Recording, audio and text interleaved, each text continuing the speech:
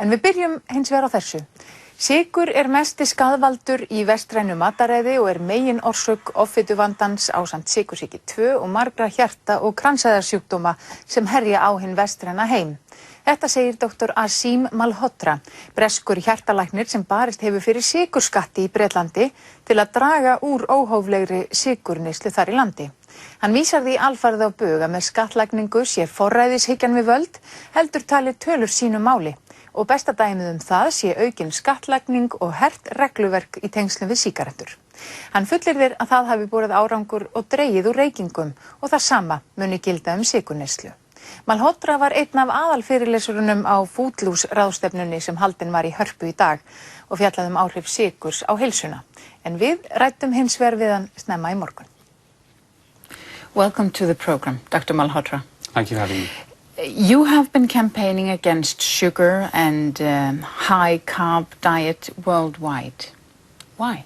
Well, the first thing to say is, according to the Lancet Global Burden of Disease reports, poor diet contributes to more disease and death globally than physical inactivity, smoking, and alcohol combined. And the increasing evidence is telling us that sugar has now earned its place as public enemy #1 in the Western diet. This is something that we're consuming in very excess quantities. What people have only just realized recently is that added sugar, which is added to processed food, has no nutritional value whatsoever. And contrary to what the food industry has led us to believe, the body does not require any added sugar for energy.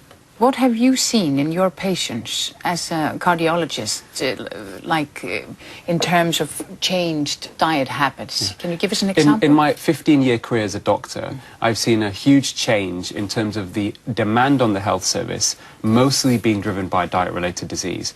And actually, my patients now, when I give them advice on up-to-date scientific evidence, which involves reducing sugar and refined carbohydrates and eating more fat, actually within a very short space of time, Helga, they have improvements in their health markers and their risk of death is reduced within weeks. What kind of improvement? Well, you can look, so the root cause of this problem, which we have ignored for a very long time, the root risk factor is insulin resistance. And insulin resistance in men is more important risk factor for heart attack than high blood pressure, than high body mass index, than low HDL cholesterol, and much more important than what we have demonized wrongly for such a long time, or in excess, is the over obsession and focus on cholesterol, LDL cholesterol. So when you target insulin resistance, and this means the right dietary changes, the right kind of exercise, people see the benefits very quickly. So in their blood markers, one of the things we look at are triglycerides and HDL.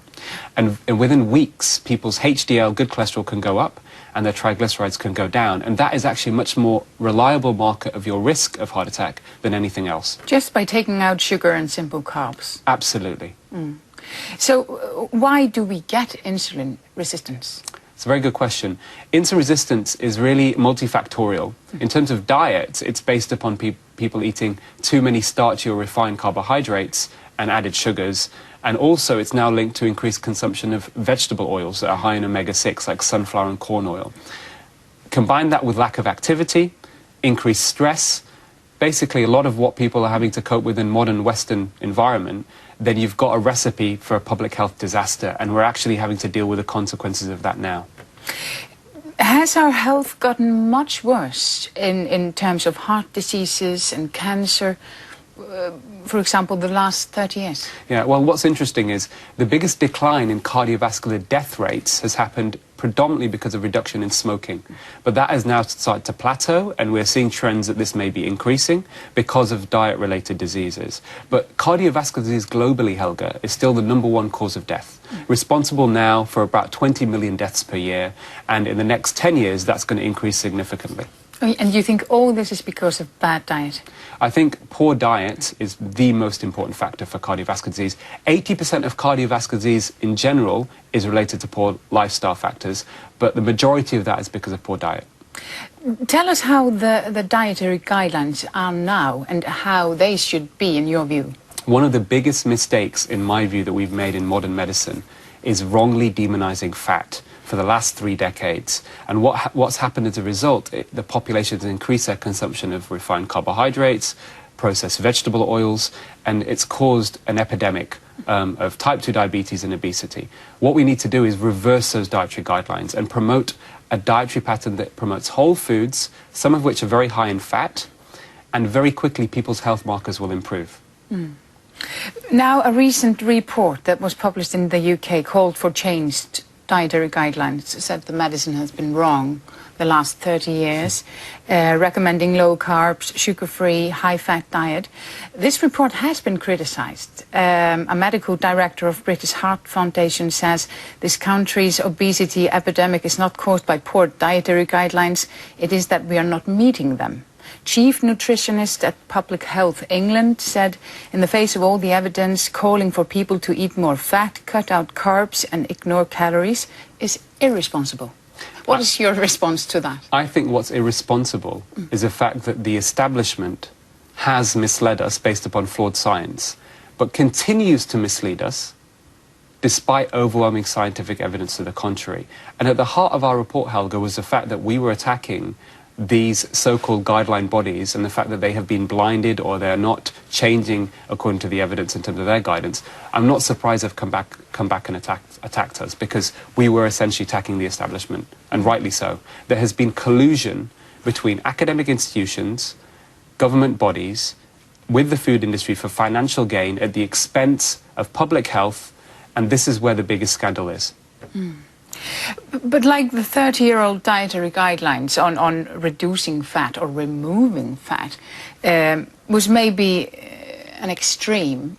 Could this guideline on increasing fat and taking out sugar be extreme as well? Or is this just pure science? No, this is based upon the most up-to-date evidence. And in fact, actually, this overall guidance, when people read it in detail, is actually promoting whole foods, away from processed foods, no snacking, and actually promoting the kind of foods that are going to be very good for your metabolic health and improve your health outcomes as well. So this is foods such as oily fish, extra virgin olive oil, nuts, lots of non-starchy vegetables, some fruit, you know, and removing all of the refined and starchy carbohydrates and sugars, which, Helga, in particular, are very problematic for people with type 2 diabetes. One of the biggest scandals, if you like, is the misinformation about the management of people with type 2 diabetes, telling them they should base their meals on starchy carbohydrates. Type 2 diabetes is a condition of carbohydrate intolerance. So telling type 2 diabetes to eat more starchy carbohydrates, in effect, is like telling someone with a nut allergy to eat nuts and carry around an EpiPen.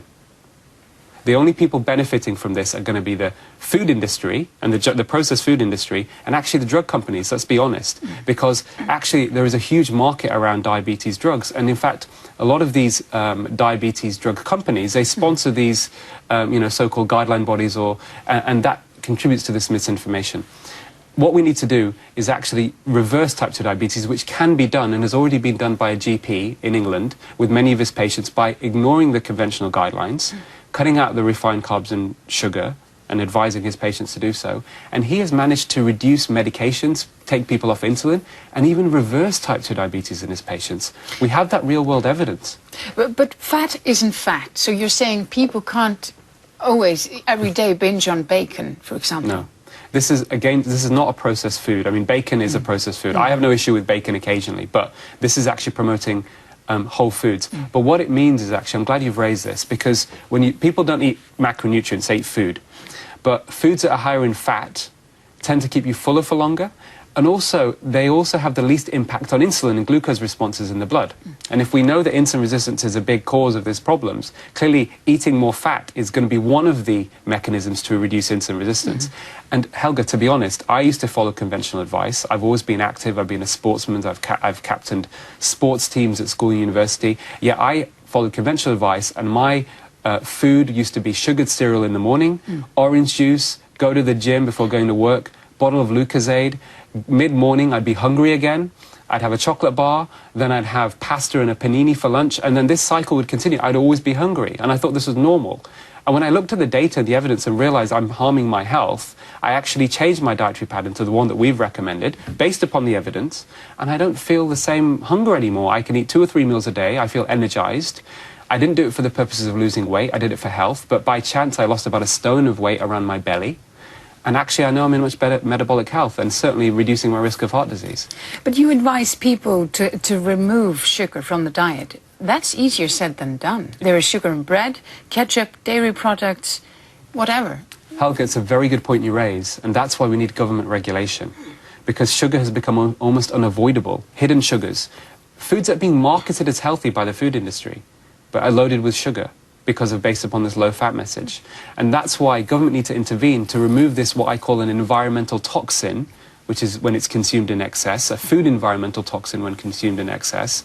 And if we do that very quickly, we would reduce the burden of obesity and type 2 diabetes. Just to give you one example, Oxford researchers did a study modelling on what would happen if we had a 20% tax on sugary drinks in the UK. And they calculated within 1 year, it would prevent 180,000 people from becoming obese and more than 200,000 people from becoming overweight. But some people say that regulators can't stop the consumption. They don't have any effect, you know. How can we change that? Well, I think idea? we must learn from history. The biggest decline in cigarette consumption happened because of regulatory processes targeting what we call the 3 A's in public health. The availability, the affordability, and the acceptability. We can apply the same principles to sugar. Taxes, make it more expensive, less consumption, reduce the availability. You know, public smoking ban, which happened. Very quickly there was a reduction in hospital admissions for heart attack within a year.